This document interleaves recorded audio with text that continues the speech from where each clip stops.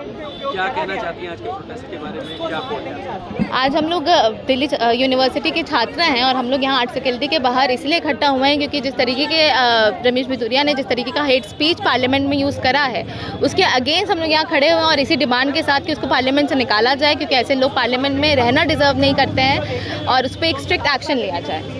पर जिस तरह से बीजेपी का कहना है कि शुरुआत जो है वो दानिश अली ने की थी और भड़काया था उन्हें, इस वजह से उन्होंने इन शब्दों का इस्तेमाल किया। हाँ, वो बोल ही रहे हैं कि भड़काया था, तो किस बात पे भड़काया था? आपकी आइडेंटिटी पे तो नहीं भड़काया होगा, आप किसी और की आइडेंटिटी उसका एक क्योंकि वो एक मुसलमान है उसके रिलीजियस आइडेंटिटी पे अगर अटैक कर रहे हैं तो आप ये नहीं कह रहे कि आपने मुझे भड़काया था इसीलिए ये एक रिएक्शन है मेरा। भड़काया था तो किस चीज़ पे भड़काया था, उस स्टेटमेंट के अगेंस्ट बोलिए। आप उसकी आइडेंटिटी पर अटैक कर रहे हैं तो वो दर्शाता है कि किस तरीके का हेट आपके अंदर है मुसलमानों के लिए और वो हेट बाहर निकल रहा है अगर आप किसी की रिलीजियस आइडेंटिटी पर अटैक कर रहे हैं। नीच शब्द का इस्तेमाल किया गया था दानिश अली, इसके बाद हाँ, तो उस शब्द के अगेंस्ट बोलिए ना कि क्यों इस तरीके के शब्द का यूज़ करा गया, लेकिन आप उसके रिलीजियस आइडेंटिटी उसका मुसलमान होने के ऊपर आप बोल रहे हैं, उसके मुसलमान होने पे अटैक कर रहे हैं, तो वो एक हेट प्रोपेगेंडा फैलाना हुआ, वो एक हेट स्पीच हुई और उस पर अगर कोई एक्शन नहीं लेता है पार्लियामेंट तो पार्लियामेंट ये बताता है कि ऐसा स्पेस दिया जा रहा है पार्लियामेंट में कि ऐसी चीज़ें बोली जाए और उसके बाद कोई स्ट्रिक्ट एक्शन नहीं लिया जाएगा। क्योंकि मणिपुर वायलेंस पे अगर अकाउंटेबिलिटी मांगी जाती है सरकार से, अगर टमाटर के बढ़ते हुए प्राइस पर अकाउंटेबिलिटी मांगी जाती है, अडानी के ऊपर बात होती है, तो उन पार्लियामेंट के मेंबर्स को निकाल दिया जाता है, उनको बोला नहीं जाता है। नया पार्लियामेंट यही है क्या, जहां मुल्ले कटुए आतंकवादी गुजराती कहा जाए? वही, ये तो यही बताता है कि अगर इसके ऊपर एक्शन नहीं लेते हैं तो यही है नया भारत, यही है नया पार्लियामेंट, यही है नई सरकार। और ऐसी सरकार जो बस एक ही कम्युनिटी को रिप्रेजेंट करती है और दूसरी कम्युनिटी को आज के समय पर सेकंड क्लास सिटीजन बना दिया गया है। उस कम्युनिटी को बोला जा रहा है कि इस देश में तुम्हारा कोई हक नहीं है, तुम्हें कोई रिप्रेजेंट नहीं करता है, पार्लियामेंट भी तुम्हें रिप्रेजेंट नहीं करता और लॉफुली भी तुम्हें कोई जस्टिस नहीं दे सकता है। विशेष सत्र में मोदी जी ने जब भाषण दिया था तो उस दिन पहले दिन कहा था कि यहाँ पे अब नया अध्याय शुरू होगा, नई तरीके से बात रखेंगे और एकदम साफ सुथरी बात रखेंगे सारे सांसद। क्या लगता है कि वो पालन हो रहा है पूरा? आप खुद बताइए, वो पालन हो रहा है? अगर साफ सुथरी भाषा होती तो ये भाषा का प्रयोग ही नहीं करा जाता। साफ सुथरी नहीं लगी आपको? बिल्कुल क्लियर बोला, देखिए यही तो कहना चाह रहे हैं। बहुत क्लियरली सुनाई तो दिया क्या बोला, लेकिन वो एक हेट स्पीच है ना, वो किस तरीके के शब्द, वो शब्द ऐसे कि मैं कैमरा पे यूज़ नहीं कर सकती, वो शब्द ऐसे हैं कि हम लोग क्लासरूम में अगर सुन ले किसी को बोलते हुए तो क्लासरूम में टोक दिया जाएगा।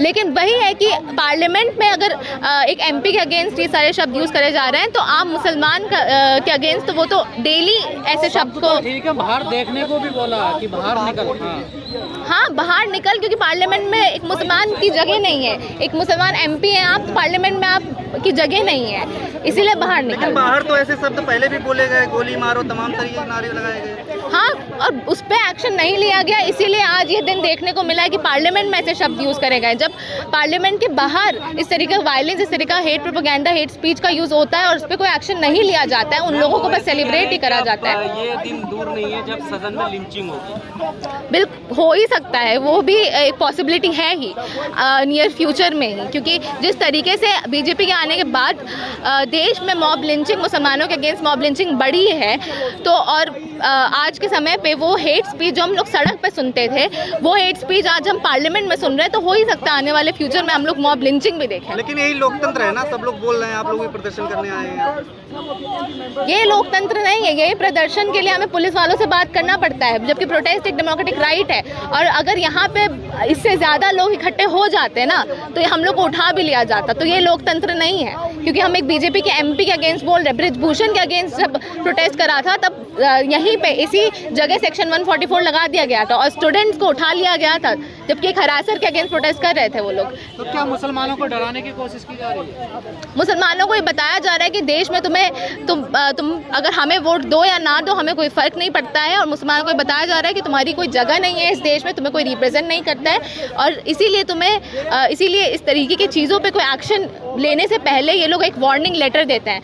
वार्निंग लेटर का कोई फ़ायदा नहीं है, वार्निंग लेटर इज़ बहुत लाइट एक्शन लेना। विपक्ष ने भी बस गोल गोल घुमा दिया चीज़ें, देखिए। हाँ, वही विपक्ष भी अगर इस तरीके का काम कर रही है तो वही है कि मुस्लिम को रिप्रेजेंट कौन कर रहा है फिर, ना सरकार ना अपोजिशन। और दानिश अली की कम्युनिटी भी उनके साथ नहीं आ रही ना, देखिए कोई दिखाई नहीं दे रहा कहीं उनके साथ आता। हाँ, क्योंकि मुसलमान डरा हुआ है ना आज के समय पे। अगर मुस्लिम्स अगर यहाँ पे उतरते हैं सड़क पे प्रोटेस्ट करने के लिए, तो सबसे पहले तो उन पे एक्शन लिया जाएगा ना, उन पे तो बहुत ठोस एक्शन लिया जाएगा। पीछे जो 2 सांसद थे वो मुस्कुरा रहे थे, हंस रहे थे।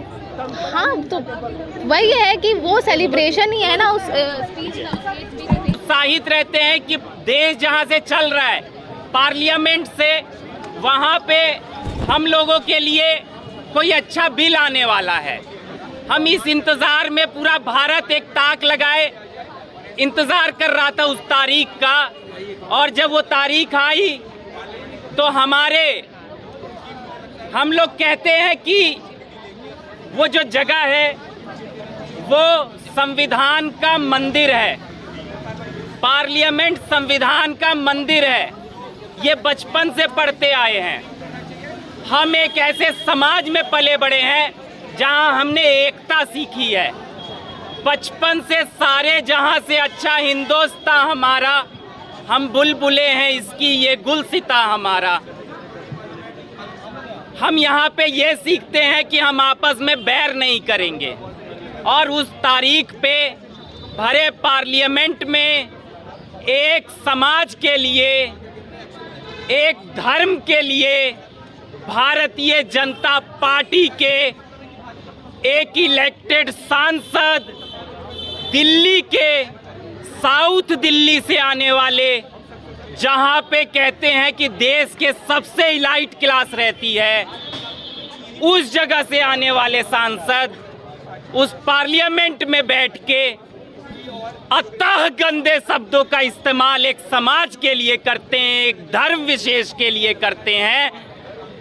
वो इतने गंदे शब्दों का प्रयोग करते हैं कि मुझे शर्म आ रही है उन शब्दों को यहाँ पे दोहराते हुए, लेकिन जब उनको नहीं आई तो मुझे मीडिया और तमाम देश के आगे बताते हुए भी एक बार भी संकोच करना नहीं चाहिए कि उन्होंने एक विशेष धर्म के लिए कटुआ जैसा शब्द प्रयोग किया, उन्होंने भड़वा जैसा शब्द प्रयोग किया, उन्होंने मुल्ला जैसा शब्द प्रयोग किया, उन्होंने बेइज्जत की है, एक समाज को बेइज्जत किया है, एक धर्म विशेष को बेइज्जत किया है। बाहर तो सुनते आ रहे थे, चलता था, मान लेते थे, कहते थे ठीक है कोई बात नहीं, कुछ लोग होते हैं जो गलत भी होते हैं, मगर क्या पार्लियामेंट में ये शोभा देता है? पार्लियामेंट में ये बोलना जरा भी शोभा देता है क्या? एक रूलिंग पार्टी का एमपी ये बात बोल रहा है और पीछे केंद्रीय मंत्री हंस रहे हैं। शर्म आती है क्या नरेंद्र मोदी को? शर्म आती है क्या अमित शाह को? एक बार भी भारतीय जनता पार्टी के जेपी नड्डा ने माफी मांगी क्या कि उनके एक सांसद ने एक धर्म विशेष को बेइज्जत किया है, गाली दी है, गंदे गंदे शब्दों का प्रयोग किया है? ये दिल्ली विश्वविद्यालय बता देना चाहता है हर एक सांसद को और हर एक इस तरीके के गलत शब्दों के प्रयोग करने वालों को और रमेश बिदूड़ी को कि जरा भी आपकी ये की गई हुई गलत बात नहीं सही जाएगी, और हम चाहते हैं कि इसी वक्त तत्काल हमारे पार्लियामेंट के अध्यक्ष उनको निलंबित करें, उनको एमपी पोस्ट से हटाएं। ये हम चाहते हैं, ये दिल्ली विश्वविद्यालय की मांग है। यहाँ पे तमाम संगठन आज जमा हैं, एक एक करके भाषा फैलाती है, वो आज संसद में पहुँच गई है। बड़े धूमधाम से नया संसद बनाया गया, कोई कमी नहीं छोड़ी गई। मैं बस आज यहाँ पे एक सवाल पूछना चाहता हूँ कि क्या नए संसद में ऐसी नई भाषा का प्रयोग होगा? क्या रमेश बिदूरी ने जिस भाषा का प्रयोग किया गया, क्या ये एक नॉर्म बन जाएगा संसद में? क्योंकि हमने देखा केवल रमेश बिदूरी नहीं है, उनके पीछे हर्षवर्धन बैठे थे, अलग अलग और भाजपा के नेता बैठे थे, वो भी इस भाषण की पूरी चुटकियां ले रहे थे, हंसी मजाक कर रहे थे।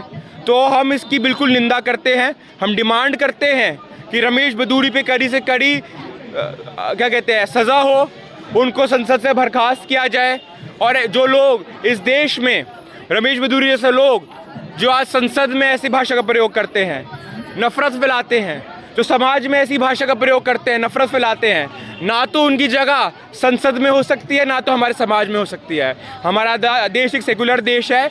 यहाँ पे कोई भी हिंसा की बात करेगा, किसी भी जाति के खिलाफ हिंसा की बात करेगा, किसी भी कम्युनिटी, चाहे मुस्लिम कम्युनिटी के खिलाफ हिंसा की बात करेगा, तो ये पूरा देश उनके साथ खड़ा होगा और ये हिंसा के खिलाफ खड़ा होगा। आज हम यहाँ पे दिल्ली यूनिवर्सिटी के स्टूडेंट्स इसके खिलाफ इकट्ठा हुए हैं। ज़रूरत पड़ी तो पूरी यूनिवर्सिटी को इसके खिलाफ हम मोबिलाइज करेंगे। पूरी ज़रूरत पड़ी तो पूरे देश को इस तरीके की हेट स्पीच के खिलाफ मोबिलाइज हम करेंगे। हमने किया है, तभी जब ये वीडियो रिलीज़ हुआ तो भाजपा पे इसके खिलाफ प्रेशर बना है। हमको इस प्रेशर को और बनाना है और बिल्कुल जो ये हेट स्पीच करता है हमको उसको कड़े से कड़ा जवाब देना है। शुक्रिया।